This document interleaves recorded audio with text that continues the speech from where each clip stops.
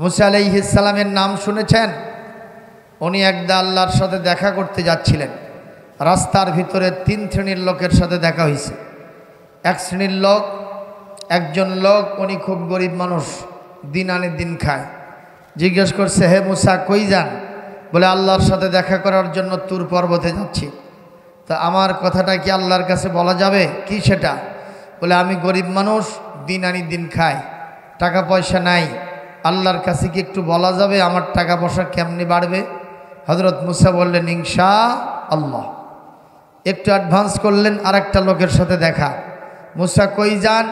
বলে আল্লাহর সাথে দেখা করার জন্য তুর পাহাড়ে যাচ্ছি। বলে খুবই ভালো কথা, আল্লাহর কাছে কি আমার কথাটা বলা যাবে? বলে আপনার আবার কি কথা? বলে আমি এত ধনী মানুষ, ধন সম্পদের জ্বালায় অস্থির, ব্যবস্থাপনা করতে গিয়ে হিমশিম খাই, সময় দিতে পারি না, আল্লাহকে ডাকার মতো কোনো ফুরসত পাই না। তুমি আল্লাহকে গিয়ে একটু বলবা আমার ধন সম্পদটা কমবে কেমনে? হযরত মুসা বললেন ইনশাআল্লাহ।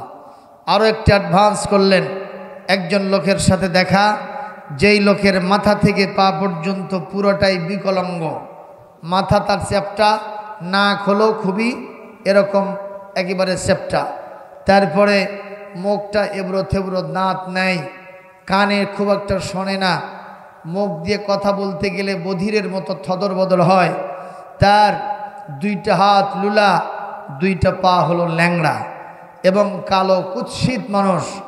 বলেন তো এই লোক দিয়া জমিনে কোনো কাজ হয়? যতক্ষণ হয়। হে মুসা, আমি শুনেছি কোরআনে আছে, আল্লাহ বলেছেন ওয়ামা খালাকনা বাইনাহুমা লাইবিন।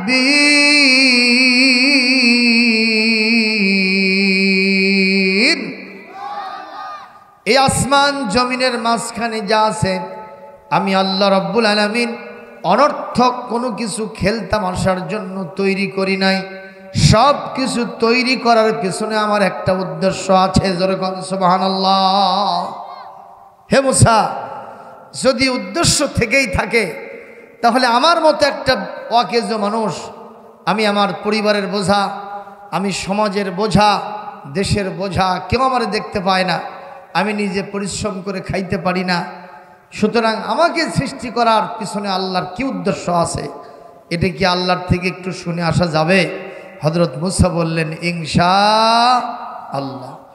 এই তিন লোকের কিভাবে কি হবে, আল্লাহর থেকে কি জবাব আসবে, এটা কি শোনার দরকার আছে আপনাদের? দেখি কারা কারা শুনবেন, একটু হাত তোলেন তো। এই দেখেন হাত ওঠে না, এই যাই যাই, এই লোকগুলো শুনবে না, একটু হাত তোলেন। কি ব্যাপার, আপনাদের সাথে হাত নাই নাকি? হাত থাকলে তোলেন, না থাকলে তোলার দরকার নেই। যাদের সাথে হাত আছে তারা তোলেন। ওই যে একটা লোক হাত তোলেন, মানে ওনার হাত নাই নাকি? দেখেন তো আছে ওনার হাত, ওদের দাড়িওয়ালা, মাথায় টুপি নাই। আপনি সাতগাঁ, হ্যাঁ হাত আছে আপনার, হাত তোলেন। দেখেন তো কার হাত নাই? আচ্ছা, সবার হাত আছে। এইবার আল্লাহর নামে একটা জোরে তাকবীর দেন, লিল্লাহে তাকবীর। আমি বলবো আস্তে, আপনারা বলবেন জোরে, কারণ আমার সাথে মাইক আছে, আপনাদের সাথে মাইক নাই, ঠিক কিনা? একটু জোরে সোরে তাকবীর দিবেন, লিল্লাহে তাকবীর, নারায়ে তাকবীর। আল কোরআনের আলো সারা দুনিয়ায় জালো, সংসদে জালো, কোরআন সুন্নাহ যেখানে, আলেম ওলামা যেখানে, আল্লাহ রসুল যেখানে, শয়তান যেখানে, শয়তানের কালো হাত ভেঙে দাও, গুড়িয়ে দাও। শয়তানের তো ভয় লাগে নাকি? আসতে কোন কেন, জোরে বলেন, শয়তানের কালো হাত ভেঙে দাও, গুড়িয়ে দাও। নারায়ে তাকবীর। আলহামদুলিল্লাহ, জোরে বলেন আলহামদুলিল্লাহ। কোরআনের মাহফিল রেখে ওখানে শয়তানি মাহফিল, যেটা ওই যে বাজার, এখানে শয়তানের আড্ডা হয়, যেরকম ঠিক কিনা? এইটা ছাড়া যারা ওইখানে থাকবে তাদের জন্য আল্লাহ শয়তানকেই বন্ধু বানায় দেবে। এই কোরআনের সূরা যুখরুফের 36 নম্বর আয়াতে আল্লাহ সেই কথা বলেছেন। এটা কোরআন শরীফ এখানে নাই কেন? আল্লাহ রাব্বুল আলামিন বলেন, ওয়ামান ইয়া'শু আন যিকিরির রাহমানি নুকাইয়িদ লাহু শাইতানা ফাহুয়া লাহু করিন। আল্লাহ রাব্বুল আলামিন বলেন, আমার কোরআন থেকে যারা মুখ ফিরায় নেবে আমি তাদের সাথে একটা শয়তান বন্ধু বানায় দেই। যত খারাপ কাজ করবে লোকটা, শয়তান তাকে বাহাবা দেবে, শয়তান তাকে ধন্যবাদ জানাবে। আর যত ভালো কাজ করবে শয়তান তার ভর্ৎসনা করবে, তাকে গালি দিবে, শয়তান তার বিরুদ্ধে সিদ্ধান্ত নেবে। সুতরাং ভালো কাজ যিনি পছন্দ করেন তিনি কে? আর ভালো কাজকে যিনি ঘৃণা করে তিনি হলো শয়তান। জোরে কোন ঠিক কিনা? আজকের মাহফিলটা ভালো না ওইখানকার বাজার ভালো? যারা এইটাকে বাদ দিয়ে ওইটাকে পছন্দ করে নিয়েছেন, কসম আল্লাহ রাব্বুল আলামিনের, কাল কিয়ামতের কঠিন ময়দানে বিশ্বনবী তাদের বিরুদ্ধে আল্লাহর আদালতে কোরআন শরীফ হাতে নিয়ে মামলা দায়ের করবেন। বলবেন, হুজুর সে কথা কোথায় আছে? সূরা ফুরকানের 30 নম্বর আয়াতের ভিতরে আছে, ক্বালার রাসূলু ইয়া রাব্বি ইন্না কওমি ইত্তাখাযু হাযাল কুরআনা মাহজুরা। আল্লাহ রাব্বুল আলামিন বলেন, কিয়ামতের দিন আমার রাসূল কোরআনের মাসহাফটা হাতে নেবেন আর বলবেন, হে আমার রব, আমার এই জাতি আমার কোরআনকে সবসময় উপেক্ষা করেছিল, ছেড়ে দিয়েছিল, ত্যাগ করেছিল। এমনকি নিমপাড়া জামে মসজিদের আয়োজনে একটা মাহফিল হয়েছিল, সেই কোরআনের মাহফিলটাকে তারা পরিত্যাগ করে ওই বাজার মার্কেট আর বিভিন্ন জায়গায় আনাগোনা করেছিল, কোরআনের মাহফিলে হাজির হয় নাই। আমি এই জাতির বিরুদ্ধে আপনার কাছে মামলা দায়ের করলাম, আপনি ফায়সালা দিয়ে দেন। আজকে যারা আপনারা কোরআন শোনার জন্য এসেছেন, আল্লাহর ফায়সালা আপনাদের পক্ষে যাবে, সুবহানাল্লাহ কোন। আর যারা আসলো না, কোরআনের ফায়সালা, আল্লাহর ফায়সালা তাদের পক্ষে না বিপক্ষে? আর আল্লাহর ফায়সালা যদি তাদের বিপক্ষে যায়, তাদের জন্য জান্নাত না জাহান্নাম? আমরা চাই না কেউ জাহান্নামে যাক, আমরা চাই সবাই আল্লাহর জান্নাতে যাক। জোরে কোন ঠিক কিনা? এজন্য সবাইকে করজোরে নিবেদন করব, একটা ঘন্টার জন্য হলেও কোরআনের মাহফিলে এসে বসেন। রাত্রি 12টায় মোনাজাত হবে, এখন থেকে মাত্র 1 ঘন্টার কম সময়। জোরে বলেন ইনশাআল্লাহ। 1 ঘন্টা থাকতে রাজি আছেন যারা? একটু 2টা হাত তুলে আল্লাহকে দেখান তারা। 1টা ঘন্টা হাদিস শরীফে আসছে, হাত নামান। 1 ঘন্টা যদি কেউ আল্লাহর দ্বীনের ইলম রাত্রির কোনো অংশে তলব করে, তালাশ করে, আল্লাহ পাক তাকে 60,000 কি বলে 60 বছর নফল ইবাদতের সওয়াব দিয়ে দেন। যেরকম সুবহানাল্লাহ। অফি রিওয়ায়াতিন খায়রুম মিন ইহইয়া, সারা রাত জেগে ইবাদত করলে যা সওয়াব হয়, 1 ঘন্টা দ্বীনের ইলম অর্জন করলে সেই সওয়াব হয়। যিনি দিবেন তিনি কে? সুতরাং আমরা 60 বছর বেঁচে থাকতে পারবো এরকম কোনো গ্যারান্টি আছে ভাই?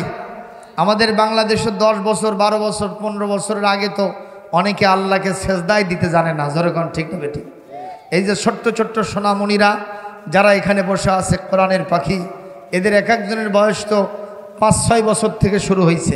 আল্লাহর রহমতে এরা নামাজ ধরেছে, তার মানে কোরআন যাদের সাথে থাকে আল্লাহ পাক তাদের কিসমতটা ভালো করে দেন। যেরকম সুবহানাল্লাহ।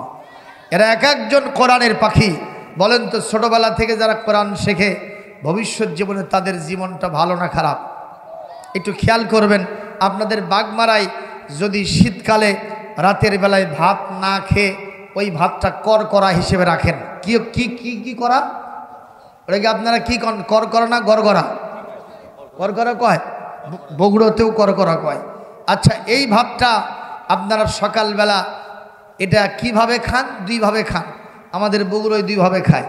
একটা হলো কাঁচা পেঁয়াজ, তার সাথে শুকনো মরিচ, তারপরে আদা রসুন, ঠিক কিনা, সরিষার তেল, এইটা দিয়ে সুন্দর করে মেখে খান। আর একটা হলো একটু তেলানি দেওয়া হয় হলুদ দিয়ে, কথা কর না কেন, এরকমই খায় তো বাগমারাতে। হ্যাঁ, তো এখন ধরেন ওই যে আপনি তেলানি দেন নাই, যেই করকরাটা আপনি মেখে খেয়েছেন, এই করা খাইলেন আপনি সকালবেলা 8টার সময়, কটার সময়, তারপরে আবার পান্তার বেলের সময় আপনি পান্তা খাইছেন অথবা নাস্তা করেছেন, এরপরে দুপুরে আবার লাঞ্চ করেছেন, বিকেলবেলা চা খাইছেন, পান খাইছেন, বিভিন্ন নাস্তা পানি করেছেন, আবার রাতের বেলায় ডিনার সেরেছেন। রাত 11টার সময় আপনি বিবির সাথে মাস্টার রুমে বেডে ঘুমাতে গেছেন, হঠাৎ করে নাক একটা ঢেকুস উঠল মুখ দিয়া, আর নাক দিয়ে একটা গন্ধ বের হলো। আপনারা জবাব দেন তো, গন্ধটা কি গন্ধ বের হবে? ওই যে সকালবেলা আপনি রসুন দিয়া কি খাইছেন, করকরা খাইছেন, ওই গন্ধটা আপনার নাক দিয়ে বের হবে। কথা কর না কেন, জোরে বলুন, ঠিক না বে ঠিক? আমি এখান থেকে কি বুঝাইলাম, যে এই কলিজার টুকরার সন্তান তার জীবনের উষা লগ্নে আল্লাহর কোরআনের পাখি হিসেবে দায়িত্ব পালন করলো, এ সারাটা জীবন এমনও হতে পারে সে প্রধানমন্ত্রী হবে, সে প্রেসিডেন্ট হবে, এমনও হতে পারে সে মন্ত্রী পরিষদের সদস্য হবে, এমপি হতে পারে, উপজেলা চেয়ারম্যান, ইউনিয়ন পরিষদের চেয়ারম্যান কিংবা মেম্বার হতে পারে। যেরকম ঠিক না ঠিক? তার পরিষদের সদস্যদেরকে নিয়ে মাঝে মধ্যে একটা করে মিটিং করবে, আর একটা করে ঢেকুস বের হবে তার নাক দিয়া। সেই ঢেকুসটা হলো আল্লাহর কোরআনের ঢেকুস। যেরকম সুবহানাল্লাহ, আর জোরে বলেন সুবহানাল্লাহ। এই জন্য কোরআনের সাথে থাকার দরকার আছে না নাই? আল্লাহ আমাদেরকে কবুল করুন, জোরে বলি আল্লাহুম্মা আমিন। ও মুসলমান দাঁড়াও তুমি, সাথে নিয়ে যাও কোরআন খানি।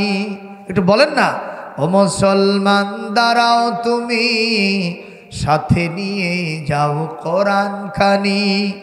ঘোড়াধারের বিপদ ছাড়িতে, ঘোড়াধারের বিপদ ছাড়িতে, পথ চলিতে কি পারবে তুমি? ও মুসলমান দাঁড়াও তুমি, সাথে নিয়ে যাও কোরআন খানি।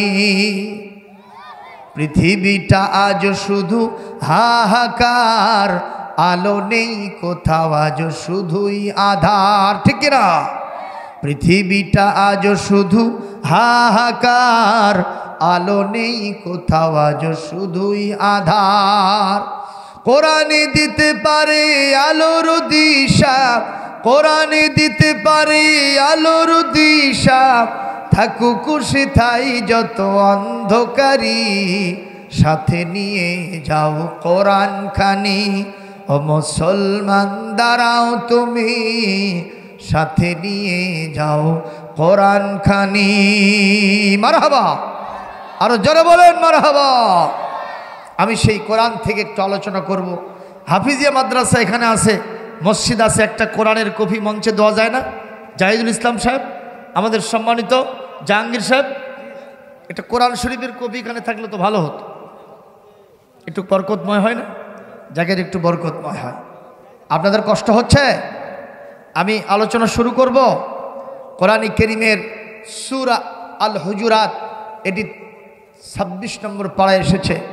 এই সূরার আমি 13 নম্বর আয়াতটা আপনাদের সামনে তেলাওয়াত করেছি। যেরকম সুবহানাল্লাহ। এই আয়াতের অর্থটা আমি আপনাদেরকে একটু করে দেই, এরপরে আমি আর ব্যাখ্যায় চলে যাব ইনশাল্লাহ। আর ওই যে 3টা প্রশ্ন মুসার কাছে করা হলো, এই 3টা প্রশ্নের জবাব আমি আপনাদের সামনে দিব ইনশাআল্লাহ। তবে ইনশার করছি, যেহেতু ভাঙ্গা দশা, আমরা ইনশাল্লাহ চেষ্টা করব 12টার মধ্যে শেষ করার জন্য। আল্লাহ যেন কবুল করেন, জোরে বলি আমিন। আয়াতের অর্থ হচ্ছে, ইয়া আইয়ুহান নাস, আমাদের আল্লাহ বলছেন, হে পৃথিবীর মানুষ সকল, ইন্না, নিশ্চয় আমি আল্লাহ, খলাকনাকুম, তোমাদেরকে সৃষ্টি করেছি, মিন যাকারিন ওয়া উনসা, একটা পুরুষ থেকে আর একটা নারী থেকে।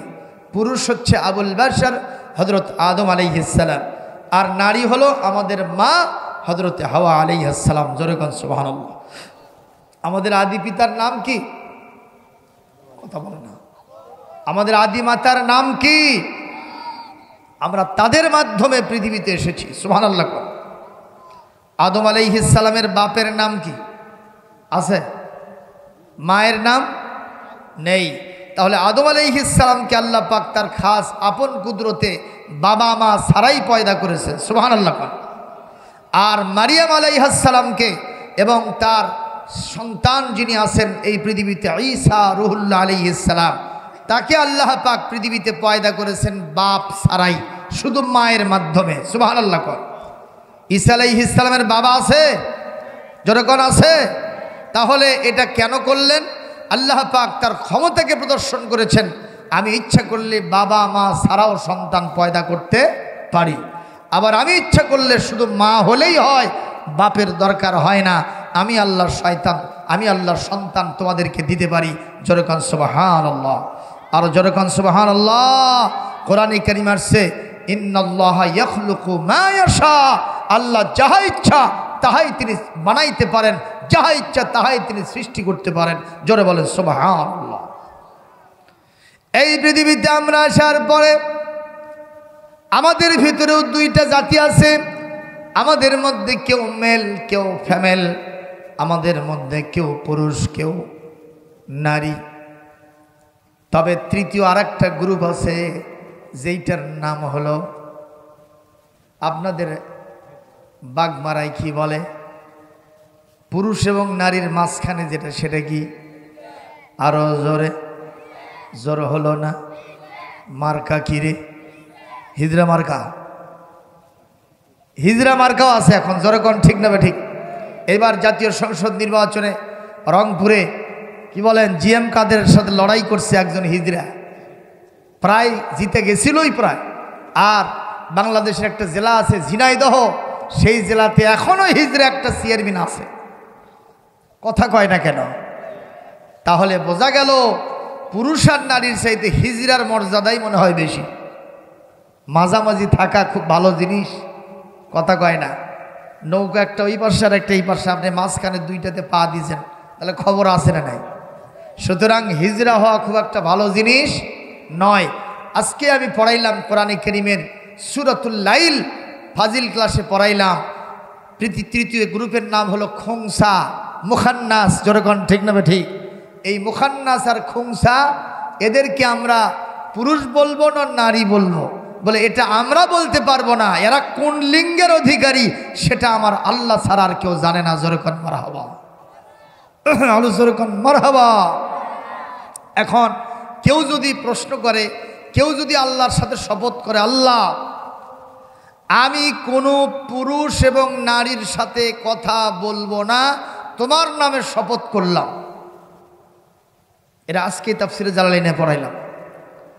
এখন এই লোকটা যদি হিজরার সাথে কথা কয়, কার সাথে কথা কয় না? কার সাথে? যদি হিজরার সাথে কথা কয় তাহলে তার শপথ ভঙ্গ হবে কি হবে না? না, তাফসিরে লিখেছে তার শপথ ভঙ্গ হবে। কারণ ওটা আসলে নারী না পুরুষ এটা আমরা না জানলেও যিনি জানেন তিনি কে? সুতরাং হয় পুরুষ হবে না হয় মহিলা হবে, যে কোনো একদিকে একটু প্রায়োরিটি আছে। যেরকম কথা ঠিক না ঠিক? এজন্য আমরা আজকে যেটা দেখতে পাচ্ছি ট্রান্সজেন্ডার, আমাদের পাঠ্যপুস্তকে লেখা হচ্ছিল কিছুদিন আগে শরীফ থেকে শরীফা। কথা কর না কেন? শরীফ থেকে শরীফা। শরীফ হলো একজন পুরুষ মানুষ, যুবক মানুষ, সে বলতেছে আমাকে একটু মেয়ে মেয়ে লাগে। এখন এই কথা যদি যেহেতু সে বলল, আপনি তাকে নিয়ে গিয়ে মহিলা প্যান্ডেলে জায়গা দেবেন? এ যেরকম দেবেন, কারণ ওর আপাত মস্তক সব পুরুষের মতোই আছে। এখন তাকে নিয়ে যদি মহিলা প্যান্ডেলে জায়গা দেন তাহলে সর্বনাশ আছে না নাই? যেরকম আছে না নাই? শিয়াল যদি বলে যে আমাকে একটু মুরগি, কি বলে, আমাকে একটু মুরগি মুরগি লাগতেছে, আপনি এই কথা শুনে শিয়ালকে যদি মুরগি ঘরায় জায়গা দেন তাহলে মুরগির বংশ বিস্তার হবে না? বাড়বে তো নাকি? হ্যাঁ, সর্বনাশ হবে। যেরকম ঠিক না ঠিক? সুতরাং গ্রুপ হলো দুইটা, একটা হলো পুরুষ আর একটা হলো নারী। আর অন্য কোনো গ্রুপকে আমরা এই সমাজে দেখতে চাই না। জোরে বলুন কথা ঠিক না ঠিক? আমরা ট্রান্সজেন্ডার, লিঙ্গ পরিবর্তন, এইটা কখনোই সমাজের ভিতরে আমরা কখনো বরদাস্ত করতে পারি না। পাঠ্যপুস্তকে যেটা দেওয়া হয়েছিল আলেমদের প্রতিবাদ এবং বিক্ষোভের কারণে আলহামদুলিল্লাহ এটা সংশোধন হয়ে যাবে। যেরকম মারহাবা, যেরকম ইনশাআল্লাহ। প্রমাণ হয়ে গেছে মুসলমান যদি শুধু নাকে তেল দিয়ে ঘুমায়, গড্ডালিকা প্রবাহে গা ভাসিয়ে দেয়, তাদের কোনো অধিকার আদায় হবে না, বরং সব কিছু গোল্লায় যাবে। যেরকম ঠিক কিনা?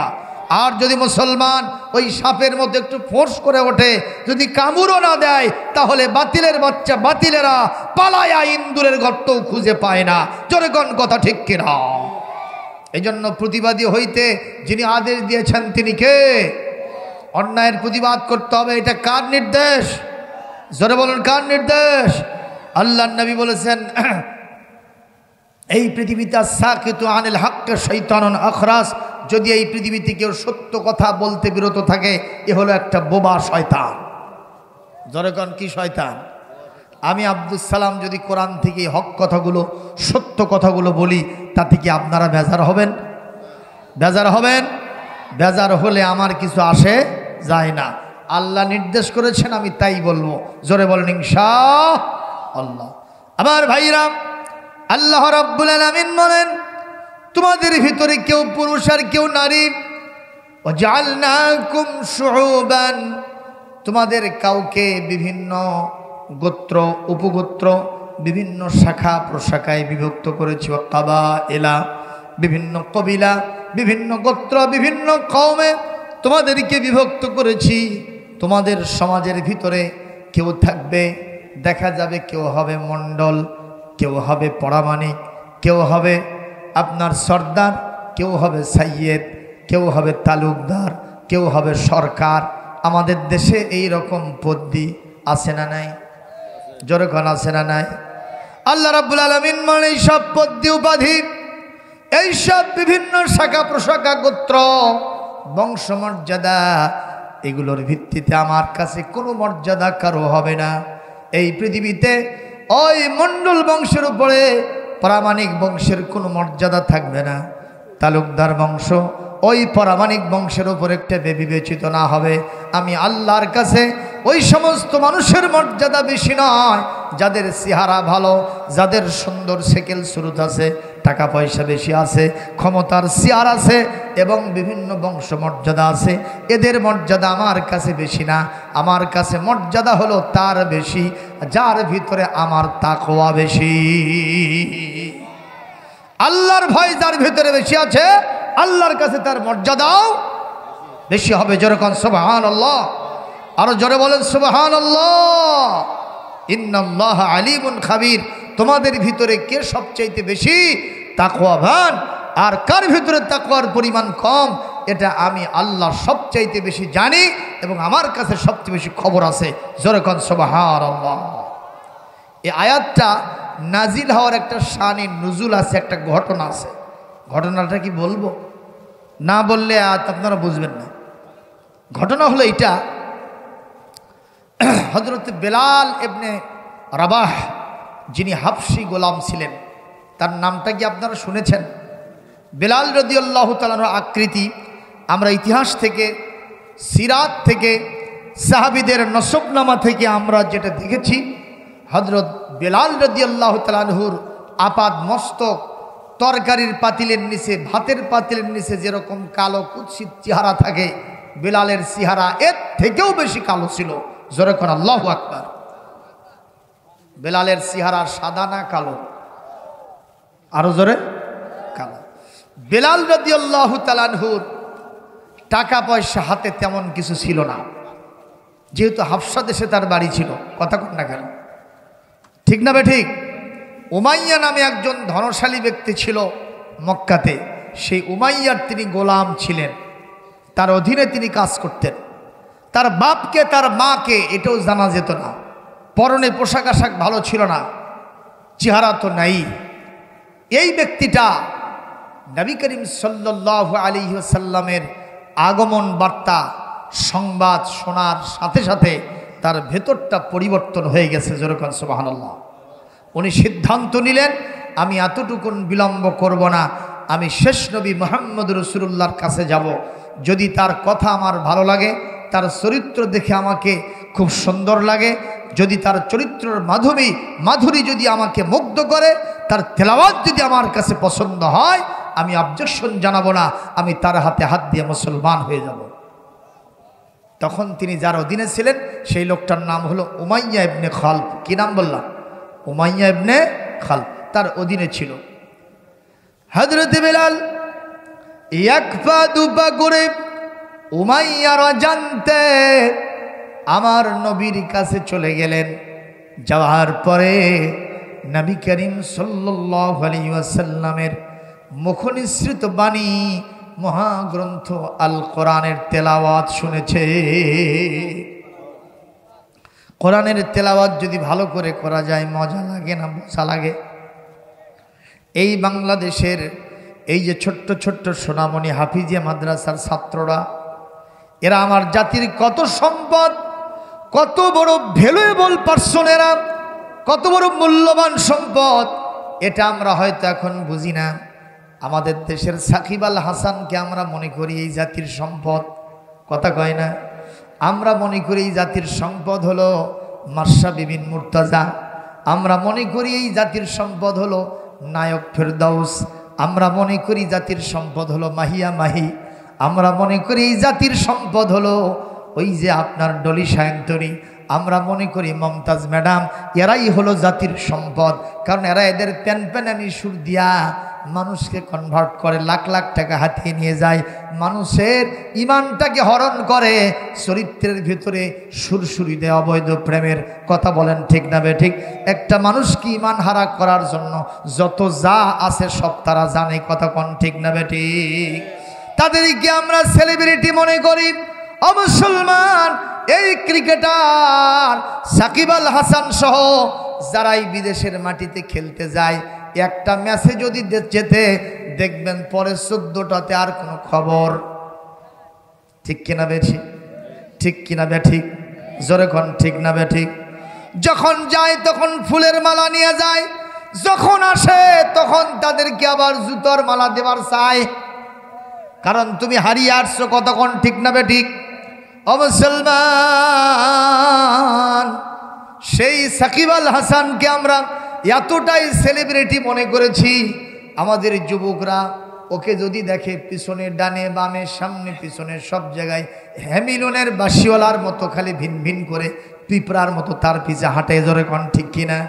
আমরা দেখলাম নির্বাচনের সময় ওই মাগুরা জেলায় যখন তিনি নড়াইলে নির্বাচন করলেন, দেখা গেল কয়েকজন যুবক তার কাছে অটোগ্রাফ নিতে গেছে, হুমড়ি খেয়ে পড়েছে। এমন একটা হাতের গুঁড়ো মেরেছে, কাউকে চর মারছে, থাপ্পড় মেরেছে, মাটিতে পড়ে গেছে, তারপরে আবার উঠে তার কাছে ক্ষমাছে, আবার ওর পেছনে ছুটতেছে।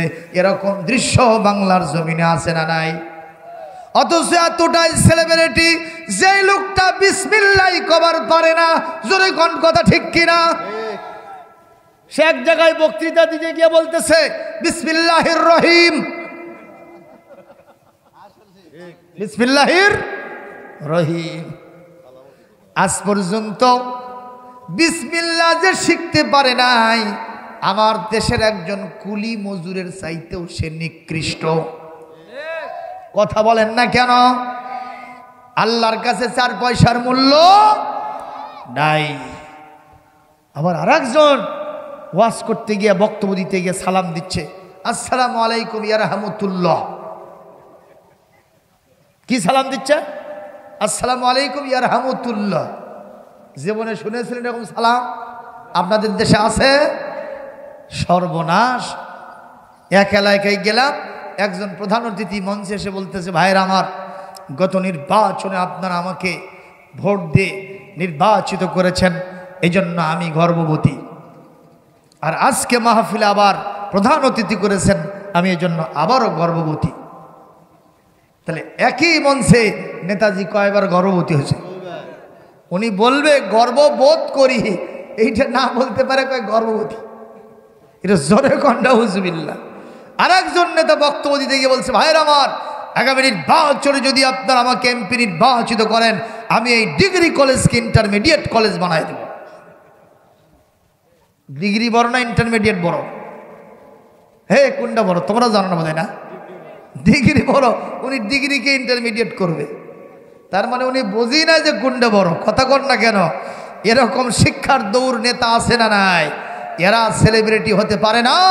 আমার দেশের সেলিব্রিটি হলো এইসব কোরআনের পাখি ছোট্ট সোনামণিরা, জোরে কণ্ঠে কিনা। কারণ বিশ্বের মানচিত্রে সৌদি আরব এবং মক্কা মুকাররমা, মদিনাতুল মুনাওয়ারা, মিশর, ইরাক, ইরান, এরপরে আপনার তুরস্ক, এরপরে আপনার বিভিন্ন মরক্কো সহ বিভিন্ন আরাবিয়ান কান্ট্রিগুলোতে যতবার কিরাত কম্পিটিশন হয়েছে, আমার দেশের এই ছোট্ট সোনামণিরা কোরআনে কারীম থেকে সুললিত কণ্ঠে তেলাওয়াতের মাধ্যমে বিশ্বের 120টা দেশকে ফেল করাইয়া দিয়া ফার্স্ট হয়ে বাংলাদেশের লাল সবুজ পতাকা আকাশে উড়াইয়া দিয়েছে। জোরে কোন মারহাবা, আরো জোরে কোন মারহাবা। একবার দুইবার না, যতবার গেছে আমার হাফিজিয়া মাদ্রাসার ছাত্ররা ফার্স্ট হয়েছে। জোরে কোন কথা ঠিক কিনা। অথচ সেই হাফিজিয়া মাদ্রাসার শিক্ষক আর ছাত্ররা বেতনই পায় না, কথা কয় না। যাইয়া বাস যখন থামে, আমি নিজে চেয়ে দেখেছি ছোট্ট সোনামণিটা হাত পাতাইছে। জিজ্ঞেস করলাম, বাবা তুমি টাকা কি করবা? বলে আমার মাদ্রাসার ঝড়েতে মাদ্রাসার চালটা উড়ে গেছে, আমরা বৃষ্টির পানিতে ভিজতেছি, আমার মাদ্রাসার হুজুরের বেতন হয় না, আজকে সারাটা দিন চুলায় আগুন জ্বলে নাই। এইরকম কথা যখন বলে তখন আমাদের কলিজার ভেতরে পানি থাকে না। জোরে কোন ঠিক না বেঠিক। আমার তখন মনে হয় যে মোল্লার যার কারণে সিন্নি খাইলা সেই মোল্লারই তো চিনলে না, কথা কয় না। এই মিলাদ মাহফিলে যদি কেউ সিন্নি খায় তাহলে তো হুজুরের জন্যই খাইছে, কথা কন না কেন? কারণ সেই হুজুরকেই যদি কেউ না চেনে তার লক্ষণ ভালো না খারাপ? যখন লক্ষণ ভালো না খারাপ। আপনারা মনে করবেন না কোনো লম্পট, কোনো চিটার, কোনো বাটপার, কোনো দুর্নীতিবাজের কারণে, সন্ত্রাসীর কারণে এই বাংলাদেশ টিকে আছে। এই বাংলাদেশ টিকে আছে কেবলমাত্র শুধুমাত্র একমাত্র আল্লাহর কোরআনের পাখিদের কারণে। জোরে কোন ঠিক কিনা।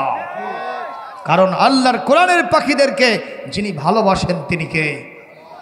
সুতরাং তাদেরকে মর্যাদা দেওয়ার দরকার আছে না নাই? আজকের এই মাহফিল থেকে আপনাদের সাথে করে নিয়ে বাংলাদেশ সরকারের কাছে দাবি জানাই, যারা ইন্টারন্যাশনাল পর্যায়ে কেরাত কম্পিটিশনে ফার্স্ট হয়ে আসে তাদের জন্যেই গুলশান, বনানী, বাড়ি ধারাতে অবশ্যই বাড়ি বরাদ্দ দিতে হবে, কথা বলে না? তাদের জন্যই সরকারি গাড়ি বরাদ্দ দিতে হবে, তাদের জন্যেই মাসিক ভাতার ব্যবস্থা করতে হবে।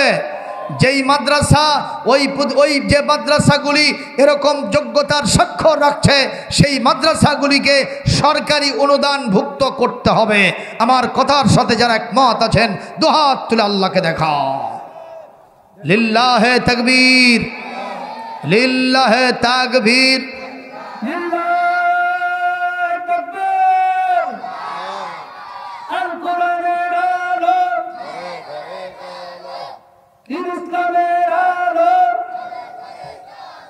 ইসলামের শত্রুরা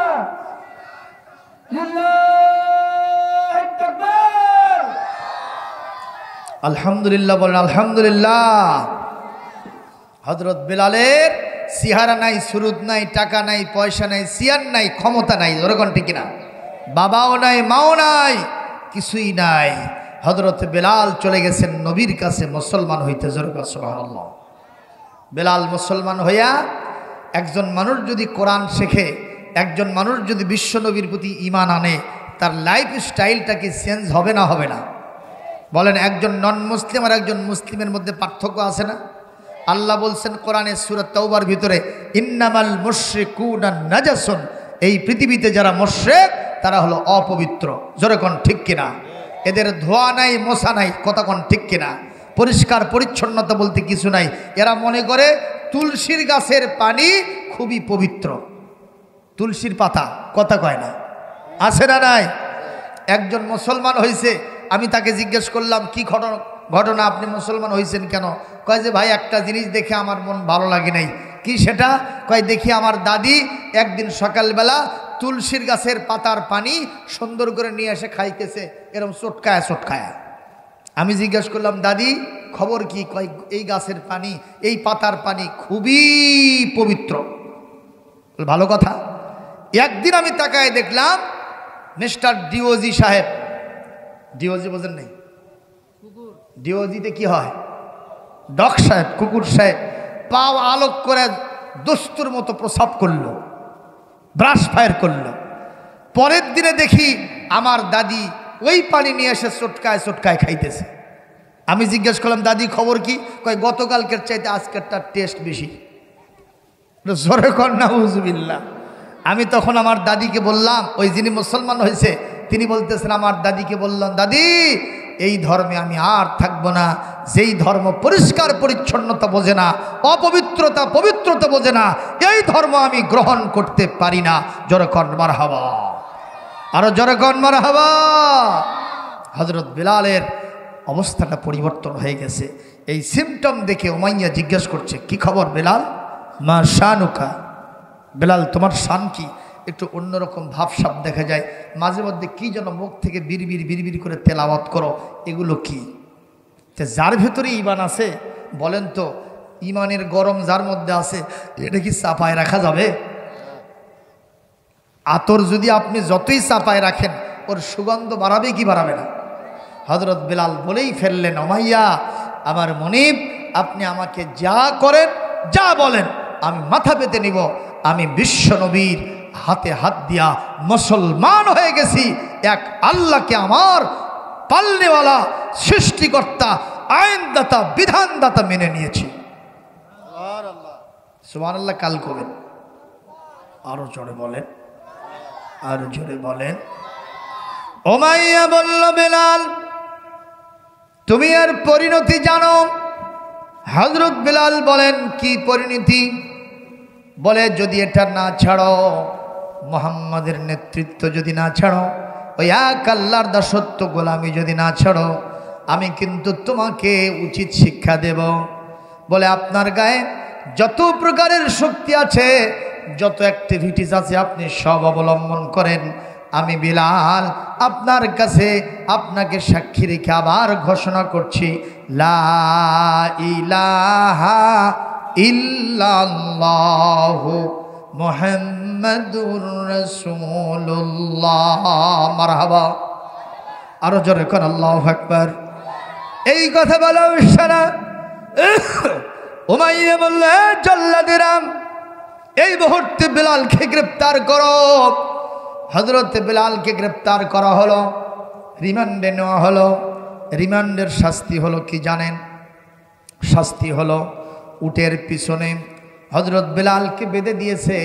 বেলালের পিছনটা, শরীরটা উন্মুক্ত করেছে। দুষ্ট ছেলেদেরকে বলেছে, উট তাড়ায় দাও।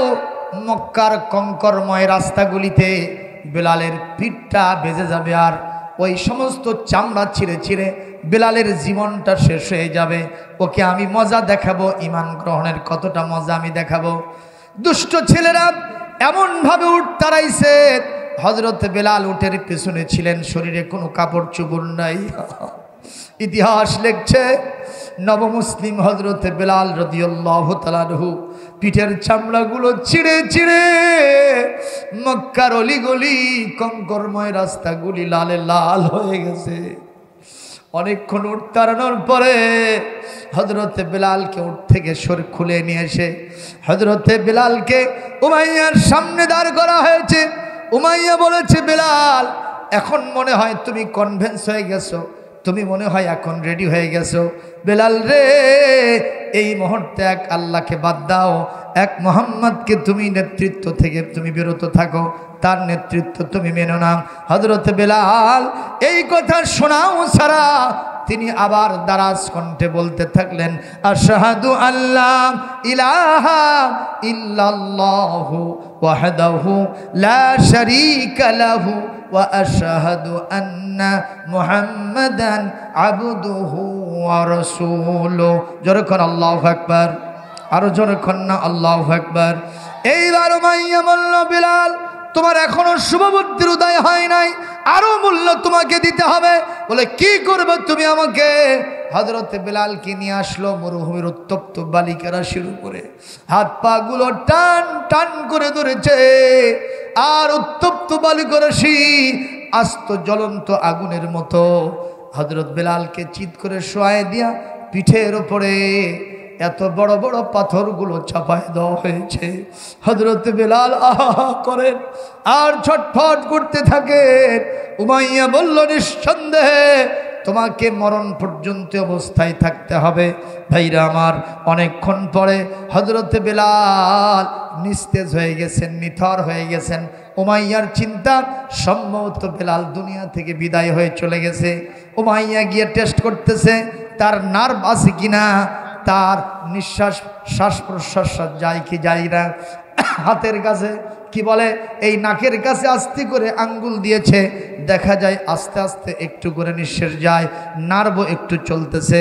সঙ্গে সঙ্গে কানের ভিতরে উমাইয়া বলতেছে, বিলাল সম্ভবত তোমার শুভ বুদ্ধির উদয় হয়ে গেছে, তুমি এই মুহূর্তে বেঁচে আসো, যেহেতু এখন মরে যাবা, এই মুহূর্তে তোমার অভিব্যক্তি কি তাড়াতাড়ি বলো, ওই আল্লাহকে ছেড়ে দাও, মুহাম্মাদের নেতৃত্ব অস্বীকার করো, আমাদেরকে মেনে নাও, তাহলে তোমার জন্য অনেক বড় কিছু ফায়দা হবে। হযরত বিলাল দুইটা হাত ভাঙ্গা, দুইটা পা ভাঙ্গা, মারতে মারতে পুরোটার শরীর থেতলা করে দিয়েছে। উমাইয়ার এই কথা যখন কান দিয়ে ঢুকেছে, তার মগজকে গরম করে ফেলেছে, কলিজার ভিতরে শেল ঢুকায় দিয়েছে। হযরত বিলাল কোন ক্রমে তার ভাঙ্গা একটা আঙ্গুল আকাশের দিকে উচ্চকিত করে পড়ছেন, লা ইলাহা ইল্লাল্লাহ, জোরে লা ইলাহা, আর জোরে লা ইলাহা ইল্লাল্লাহ, লা ইলাহা ইল্লাল্লাহ, জোরে লা ইলাহা ইল্লাল্লাহু মুহাম্মাদুর রাসূলুল্লাহ সাল্লাল্লাহু আলাইহি ওয়াসাল্লাম। এই অবস্থা যখন চলতে থাকে, বিলালকে মুক্ত তো করলই না, আরো বড় বড় পাথর চাপায় দিয়েছে বুকের উপরে। ওই মুহূর্তে বিশ্বনবীর প্রথম পুরুষ সাহাবী, রাসূলের প্রতিমা নানায়নকারী সিদ্দিক আকবর, আমার নবীজির একান্ত সাথী হযরত আবু বকর সিদ্দিক ওই রাস্তা দিয়ে যাইতেছিলেন। নজর করে দেখলেন বেলালের মতো একজন নবমুসলিমকে নিদারুণ কষ্ট ভোগ করাইতেছে ওই উমাইয়ার গোষ্ঠীরা। এই মুহূর্তে হযরত বেলালের এই দৃশ্য দেখে হযরত আবু বকর সিদ্দিকের দয়ায় দিলটা উতলে উঠল, তার চোখ থেকে দর দর করে পানি পড়তে থাকলো। উনি এক পা দু পা করে গিয়ে বললেন, উমাইয়া, বেলালকে কত টাকা দিয়ে তুমি কিনে নিয়ে আসছো? বেলালকে কত টাকার বিনিময়ে গোলাম বানাইছো? বলে 40,000 দিরহাম দিয়ে আমি বেলালকে কিনেছি। এ উমাইয়া, শোনো শোনো, আমার এক মুসলমান ভাই এইভাবে কষ্ট পাবে, আর আমি চেয়ে চেয়ে দেখব আমার ঘরে আমার ব্যাংক ব্যালেন্সে টাকা থাকবে, আর আমি তাকে কিনে আজাদ করব না, সেটা হতে পারে না। আমি 40,000 দিরহাম তোমার হাতে দিয়ে দিলাম, আমার বেলাল ভাইকে আমার হাতে দিয়ে দাও। একটু জোরে কর আল্লাহু আকবার, আরো জোরে কর আল্লাহু আকবার। আমার ভাইরা, উমাইয়া বলতেছে, আবু বকর 40,000 দিরহাম শুধু দিলেই হবে না, আর কি করতে হবে? বলে তোমার বাড়িতে একজন মুশরিক আর কাফের দাস আছে, চাকর আছে, গোলাম আছে? বলে হ্যাঁ আছে। বলে ওই গোলামটাকেও আজাদ করে আমার হাতে দিতে হবে। 40,000 দিরহাম নেব, আর কাফের আর মুশরিক যে গোলামটা তোমার কাছে আছে ওইটাকেও আমি নিব। এর বিনিময়ে আমি বেলালকে তোমার হাতে দিব, তার আগে দিব না। হযরত আবু বকর বললেন, আমি যদি না খেয়ে মারাও যায়, আমার পরনে যদি কোনো পোশাক আদি নাও থাকে, থাকার গৃহ যদি নাও থাকে, আমি তাতেও রাজি আছি। আমি 40,000 দিরহাম দিলাম, আর ওই কাফের গোলামকেও তোমার হাতে উঠায় দিলাম, বিনিময়ে বেলালকে তুমি আমার হাতে দিয়ে দাও। একটু জোরে কি সুবহানাল্লাহ বলা যায় না? আরো জোরে কি সুবহানাল্লাহ বলা যায় না? এই কোরআন শরীফে হযরত আবু বকরের প্রশংসা আছে না নাই? একটু জোরে কোন আছে না নাই?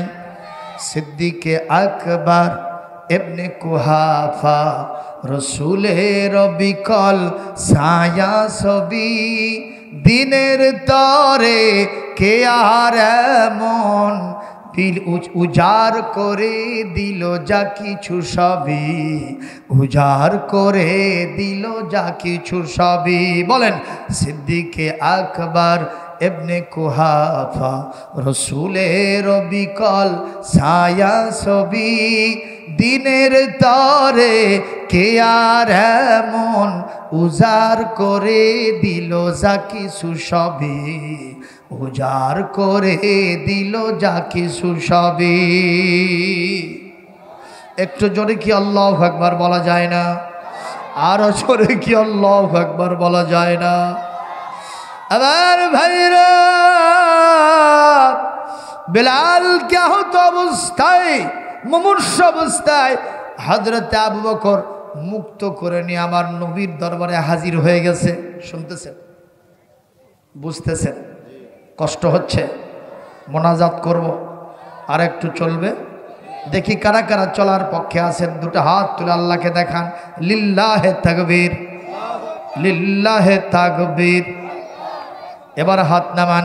আল্লাহর নবীর কাছে হযরত বিলালকে হাজির করেছে আবু বকর সিদ্দিক রাদিয়াল্লাহু তাআলা আনহু। আমার রাসূল বললেন, এ বিলাল, তুমি না উমাইয়ার হাতে বন্দী ছিলে, তুমি কেমনে ওখান থেকে মুক্ত হলে?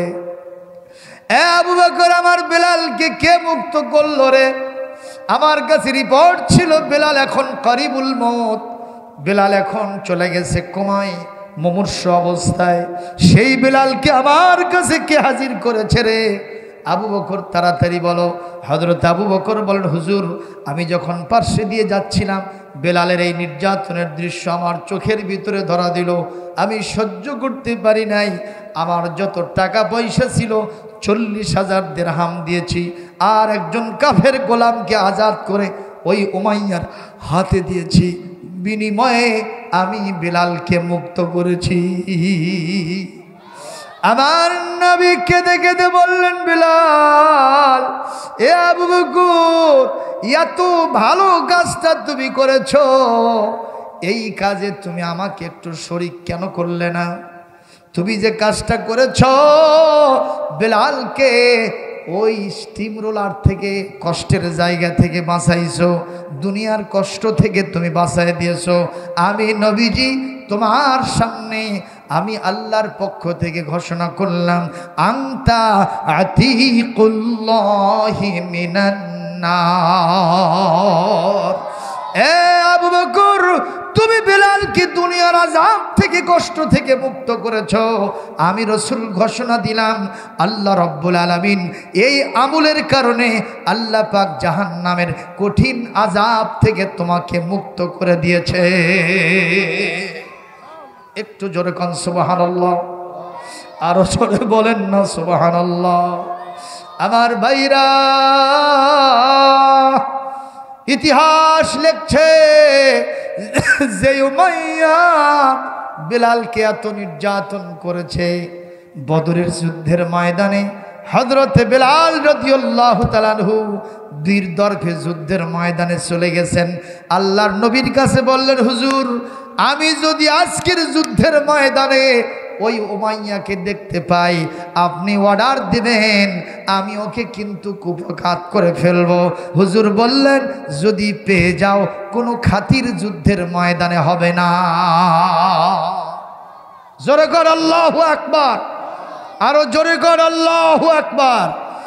আপনারা বলেন, ওঝা মরে না? মরে না। যে সাপ খেলা দেখায় ওই মরে না? কিভাবে মরে? ওই সাপের কামড় খাই মরে। কথা কন না কেন? এই পৃথিবীতে এই এজিদ মরে নাই, এজিদ মরে নাই। এজিদ মরেছে হুসাইন বাহিনীর হাতে। জোরে কর আল্লাহু আকবার, আরো জোরে কর আল্লাহু আকবার। এই ফেরাউন মরেছে এই পৃথিবীতে হযরত মুসার বাহিনীর হাতে। জোরে কন ঠিক কিনা? নমরুদ মরেছে ইব্রাহিম আলাইহিস সালামের বাহিনীর হাতে। জোরে কন ঠিক কিনা? আবু জেহেল মরেছে আমার বিশ্ব নবীর বাহিনীর হাতে। জোরে কন ঠিক কিনা? এই উমাইয়া যখন চলে গেছে যুদ্ধের ময়দানে মুসলমানদের বিরুদ্ধে, হযরতে বেলাল বলেন, হুজুর আপনি আমাকে পারমিশন দেন, আমি দেখতে পাচ্ছি ওই শয়তান যুদ্ধের ময়দানে আসছে, আমার আর কোনো টার্গেট নাই, আমার টার্গেট খালি ওই বোয়াল, রাঘব বোয়াল। কথা কয় না, কথা কয় না। হুজুর বললেন যাও। সঙ্গে সঙ্গে বীর দর্পে গিয়া মল্লযুদ্ধে লিপ্ত হলেন, ধরাশায়ী করে ফেলে দিয়া, হাতের অস্ত্র দিয়া অর্থাৎ তরবারি দিয়া খুঁচিয়ে খুঁচিয়ে জনমের মতো হত্যা করে তার আসল প্রতিশোধটা দুনিয়ার জীবনে নিয়েছেন। যেরকম সুবহানাল্লাহ। আল্লাহ পাক ইচ্ছা করলে হিরোকে জিরো বানায়, আবার জিরোকে, কথা কয় না, কথা কয় না, বানাই কি বানায় না? দেখেন না বেলাল রাদিয়াল্লাহু তাআলা আনহু কতটা হিরো হয়ে গেল, যার কিচ্ছু নাই তাই হিরো কেমন। আল্লাহর নবী মেরাজ থেকে ফিরে আসলেন। কোথা থেকে? আসার পরে কাবা শরীফের সামনে দাঁড়ায় তিনি মেরাজের ঘটনা বলতেছেন। ওই দিক দিয়ে হযরত বেলাল যাইতেছে। হুজুর বললেন, বেলাল তাল হুনা সারিয়ান লাকা বুশরা আজিমা, তোমার জন্য একটা বিরাট শুভ সংবাদ। সুবহানাল্লাহ। বেলাল তাড়াতাড়ি দৌড়ে আসছে, ইয়া রাসূলুল্লাহ মালি বুশরা, আমার জন্য সেই শুভ সংবাদটা কি? বলে, গত রাতে জিবরাইল আলাইহিস সালামের সাথে যখন জান্নাতের ভেতরে ঘুরতেছিলাম, আমার মন চাচ্ছিল এত নাজ নিয়ামতে ভরা জান্নাত একা একা দেখে তো ভালো মজা পাওয়া যায় না। কথা কন না কেন? আপনাদের রাজশাহীতে এই যে বড় বড় পার্কগুলো আছে না, কি কি পার্ক আছে? জিয়া পার্ক আছে, আর কি আছে? এই যে আরেকটা কি সাবিনা নাকি? ও সাফিনা, সাফিনা পার্ক আছে। এগুলো থেকে একা একা ভালো লাগে। এই যে আপনাদের বক্তা সাহেব, আমাদের আরবি প্রশাসক, কি নাম ওনার? এই যে বুলবুল ভাই কিছুক্ষণ আগে আমাকে বললেন যে আমার 3টা ছেলেকে নিয়ে স্কুল থেকে আমার বিবি যাইতেছিল আজকে ওই সাফিনা পার্কে, কিন্তু আমার বিবি বললো না, আমি একা একা ওটা দেখে শেষ করতে পারবো না, ভালো লাগবে না, তোমাকেও যেতে হবে। এই জন্য আমিও গেছিলাম। এই বুলবুল সাহেব কিছুক্ষণ আগে আমাকে বললো। তো আল্লাহর নবী তাই বলতেছেন, জান্নাতের ভিতরে যখন একা একা আমি ঘুরতেছিলাম তখন আমার মন বলছিল আমার কোনো সাহাবী যদি আমার সাথে থাকতো আমার খুব ভালো। ভিতরে জুতা পায়ে দিয়া খসখসা গলার আওয়াজ দিয়া তুমি জান্নাতের ভিতরে আমার সামনে দিয়ে হাঁটতেছো। আরো জোরে কন, আরো জোরে কন। আল্লাহর নবী যাকে জান্নাতে দেখেছেন সেই লোক কি জাহান্নামে যাবে? জোরে কন, যাবে? আর যে উমাইয়া বেলালকে শাস্তি দিল এই লোকটাকে আল্লাহর নবী সরাসরি জাহান্নামে দেখেছেন। ঠিক কিনা কন? আল্লাহর নবী মুস্তাজাবুদ দাওয়াত, আল্লাহর নবী যে স্বপ্ন দেখে দিবালোকের মতো স্পষ্ট হয়ে যায়। কথা কন না কেন? কথা বলেন না, ঠিক না ঠিক? বলবেন যে কোথায় আছে? কোরআনে কারীম কি বলে? সূরা কি বলে? বুখারী শরীফ সবচেয়ে সহিহ গ্রন্থ, জলদে আউয়ালের প্রথমে বাবু কাইফা কানা বাদুল ওয়াহি ইলা রাসূলিল্লাহ সাল্লাল্লাহু আলাইহি ওয়াসাল্লাম ওয়া কানা লা ইয়ারা রুয়ান ইল্লা জাআত মিসলু ফালাকিস সুবহি। যেরকম সুবহানাল্লাহ। আল্লাহর নবী যখন কোনো স্বপ্ন দেখতেন প্রভাতের আলোর মতো দিনের মতো স্পষ্ট হয়ে যেত, বাস্তবায়ন হয়ে যেত। যেরকম আল্লাহু আকবার। সুতরাং উমাইয়া ছিল হিরো, হয়ে গেছে কি? আর বেলাল ছিলেন জিরো, হয়ে গেছেন কি? কে বানাইছেন? এখনো সে আল্লাহ আছেন না নাই? একটু বয়স হয়েছে না? আল্লাহর বয়স হয় নাই? আল্লাহ ওই সব এখন পারে? এ যখন পারে দেখবেন ব্যবস্থা হয়ে যাবে। যিনি যেখানে যে পজিশনে আছেন ভালো কথা, যদি দুর্বলদের উপরে লাঠি দিয়ে ঠ্যাঙাতে থাকেন, যদি মাথায় বাড়িতে থাকেন, দুর্বলকে আরও বেশি দুর্বল করার চেষ্টা করেন, আপনি যত সবলই হন একদিন আপনার লাঠির গোড়া উইয়ে খেয়ে যাবে। কথা কন না কেন? কোনো সার হবে লা তাবদীলা লিকালিমাতিল্লাহ ওয়া লান তাজিদা লিসুন্নাতিল্লাহি তাবদীলা। জোরে কর আল্লাহু আকবার। আল্লাহ বলেন আমার নীতির ভিতরে কোনো পরিবর্তন হয় না। একটু জোরে আল্লাহু আকবার দিতে হবে। কষ্ট হচ্ছে শোনা? খেয়াল করেন, আল্লাহর নবী যেই দিন মক্কা বিজয় করলেন, কে বিজয় দান করলেন? আরো জোরে বলেন। যেই নবী হযরত আবু বকরকে সাথে নিয়ে মাত্র 2 জন মক্কা থেকে মদিনায় গেছিলেন, সেই নবী আজকে যখন মক্কায় ঢোকেন 8 বছর পরে, 1 নয় 2 নয়, নবীর সাথে 10,000-এর ওপরে সাহাবী। 10,000 লোকের যদি মিছিল বাড়ায়, লোকেরা কয় 1 লক্ষ লোকের মিছিল। কথা কয় না কেন? হ্যাঁ, 10টা গুন্ডা 20টা হুন্ডা, কথা কয় না? 10টা হুন্ডা 20টা গুন্ডা, সব কিছু ঠান্ডা। আরে নির্বাচন তো আছে, সব কিছুর মধ্যে নির্বাচন নেই, কথা কয় না? কথা কয় না? 10টা হুন্ডা নিয়ে 20টা গুন্ডা বাড়াইছে, ছেলেরা দৌড়ায় কয় যে খালি 100-র মতো হুন্ডা বাড়াছে, কথা কয় না? কথা কয় না? আছে না নাই? আর সেখানে 10,000 মানুষ বিশ্ব নবীর সাথে, ফেরেশতা আছে না নাই? হাজার হাজার মানুষ আসতেছে। মক্কার নেতৃত্ব আবু সুফিয়ান ভয়ের ঠেলায় অস্থির হয়ে গেছে। আল্লাহু আকবার কর। 8 বছর পরে, কত বছর? সংখ্যা বাড়ছে না কমছে?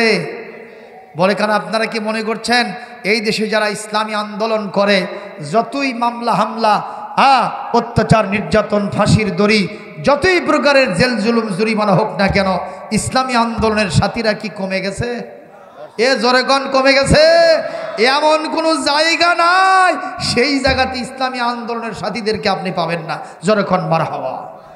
এই যে শীতকাল গেল, আমাকে একজন এসে বলতেছে, হুজুর জমিন শুকে পোড়া লাগছে, চৌচির হয়ে গেছে, এই ব্যাংকগুলো সব দুনিয়ার থেকে বিদায় হয়ে গেছে। ব্যাংক সেরেন ব্যাংক, ওদের ঘ্যাঙর ঘ্যাং করে যেগুলা, ওগুলো কি করেন আপনারা? ব্যাংক। আমাকে বলতেছে, হুজুর ব্যাংকগুলো সব শেষ। আমি বললাম, তোর মাথার তার ছিঁড়ে গেছে রে পাগলা, খালি আনা আষাঢ় মাসের বৃষ্টি হোক, কথা কয় না? কথা কয় না? দেখিস আষাঢ় মাসের বৃষ্টি হওয়া সারা সমস্ত ব্যাংকগুলা যেখানে আছে সেখান থেকে বের হয়ে ঘ্যাঙর ঘ্যাং করাও সারা। জোরেগণ ঠিক না বেঠে? ইসলামী আন্দোলন যারা করে, আল্লাহর জন্য যারা জান মালকে শুবে দিয়েছে, যতই অত্যাচার নির্যাতন হোক, যতই মামলা হামলা হোক, জেল জুলুম জরিমানা হোক, অবশ্যই তারা নিঃশেষ হয়ে যায় নাই। 2-4 জনকে ফাঁসি দিয়ে, জেল জুলুম দিয়া, কোরআনের পাখিকে বিদায় করে দিয়া ইসলামী আন্দোলন বিদায় করা যাবে না, যাবে না, যাবে না। কথা বলেন ঠিক না বেঠে? এমন একটা দিন আসবে বাংলাদেশের মাঠে ঘাটে পথে প্রান্তরে ইসলামী আন্দোলনের কর্মী ছাড়া আর কিছুই দেখা যাবে না, যাবে না, যাবে না।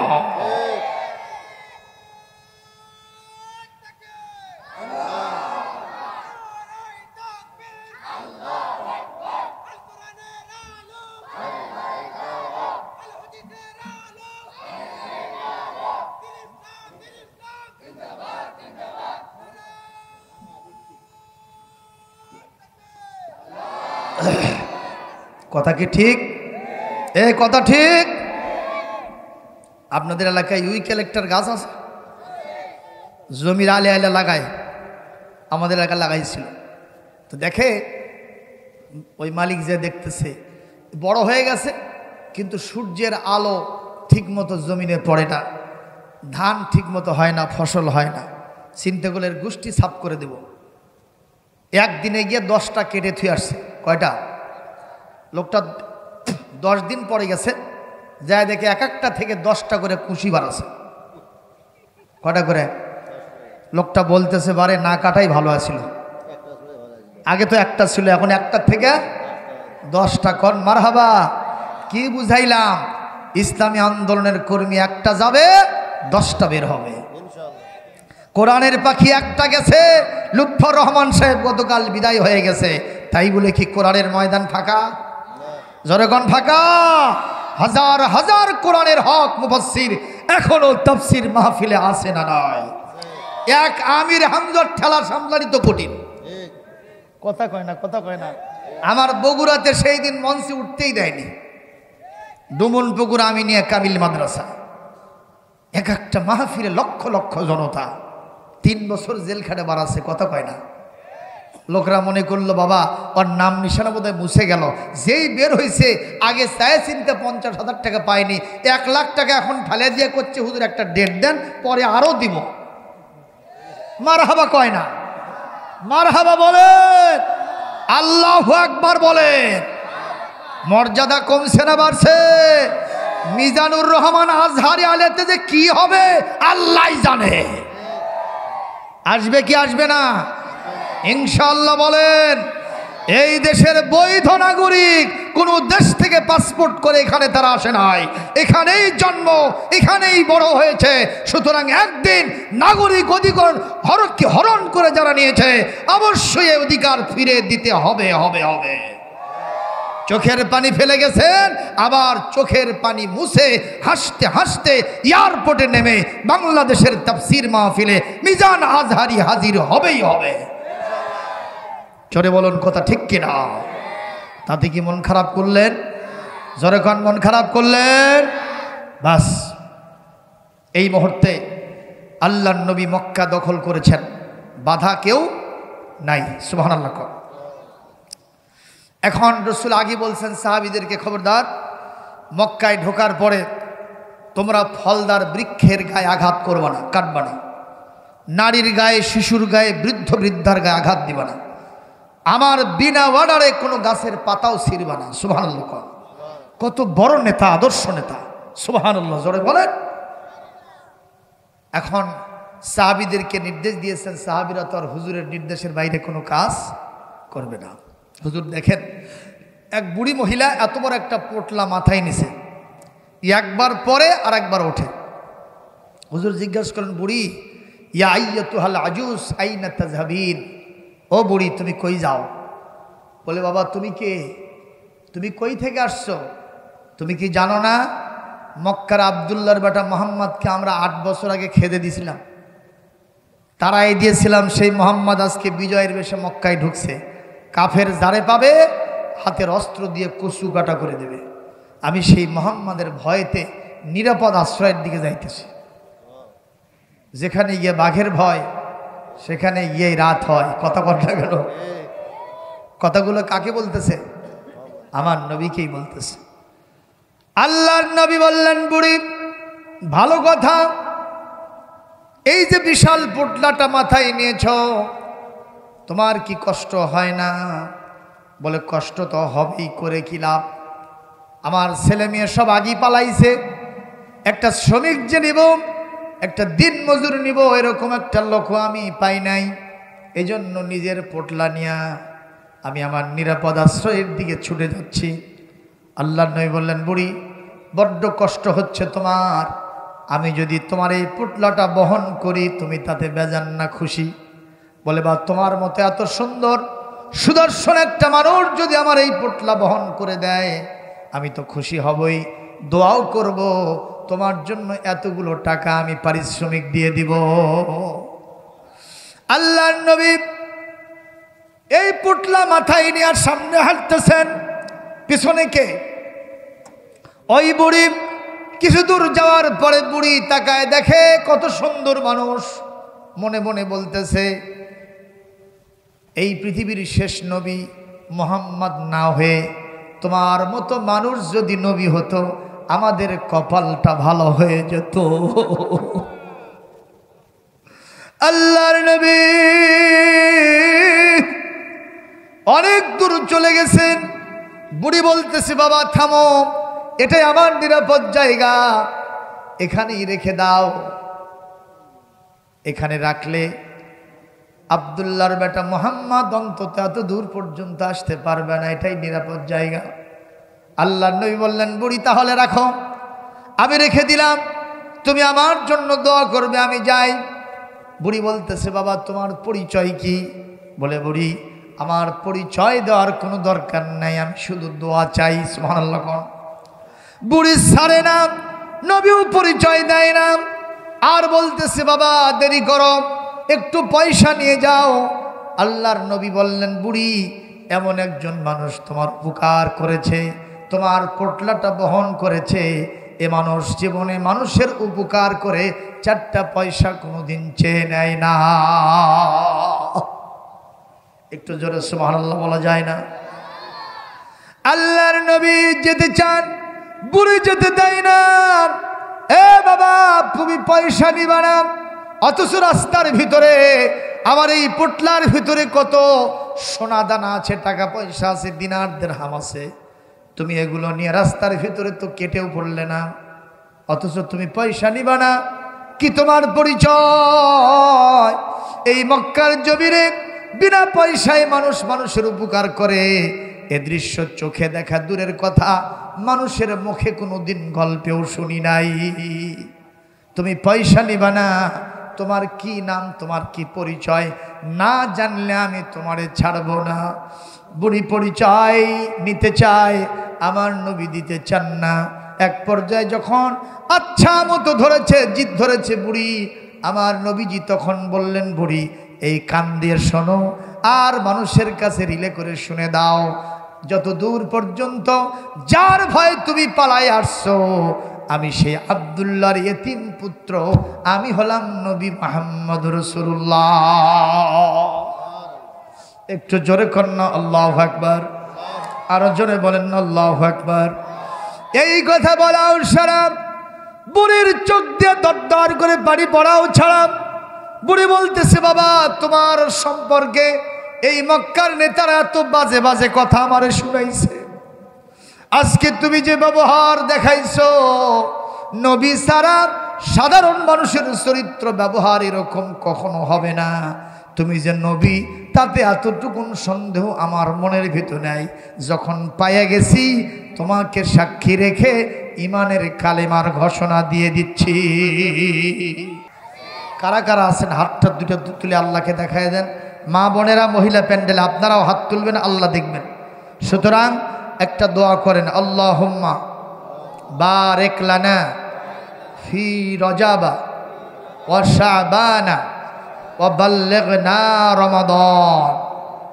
হে আল্লাহ, আপনি আমাদেরকে রজবে বরকত দিয়েছেন, শাবানে বরকত দেন এবং রমজান পর্যন্ত পৌঁছায় দেন, রমজান পর্যন্ত হায়াত বৃদ্ধি করে দেন। জোরে বলি আল্লাহুম্মা আমিন। দেখেন ডক্টর লুৎফর রহমান আল্লাহ থেকে বিদায় করে নিয়ে চলে গেছেন। আমরা বলবো আল্লাহ যেন এই কোরআনের পাখিকে জান্নাতের সর্বোচ্চ মকামে স্থান দেন। জোরে করে আমিন, আরো জোরে বলি আমিন। আমরা এখান থেকে শিক্ষা নেব, আমাদের ভিতরে আল্লাহর ভয় ঢুকাবো। আল্লাহর ভয় যার ভিতরে আছে, এর সুদ খাইতে পারে না, ঘুষ খাইতে পারে না, সরে কোন ঠিক কিনা? এর দ্বারা জেনা, ব্যভিচার, ধর্ষণ, নারী নির্যাতন হতে পারে, চাঁদাবাজি হতে পারে না, মাস্তানি, গোয়েন্দাগিরি, সন্ত্রাসী হতে পারে না, মানুষ হত্যা হতে পারে না, চুরি ডাকাতি হতে পারে না। এই মানুষের ভিতরে আল্লাহর তাকওয়া ভয় থাকলে এই মানুষ কখনো জমিনের আইল ঠেলতে পারে না। রমজান মাসে মানুষকে, ক্রেতা সাধারণকে, ব্যবসায়ী যদি হয় কখনো ঠকাতে পারে না। জোরকন ঠিক কিনা? জোরকন ঠিক না? ঠিক। তাহলে আসুন আমরা আজকের এই মাহফিল থেকে তাকওয়ার সবকটা গ্রহণ করে বিদায় গ্রহণ করি। আমি এতক্ষণ ধরে এই ভাঙ্গা মাহফিলে যে 1.5 ঘন্টা বক্তব্য রাখবো আমি খেয়ালই করতে পারি না।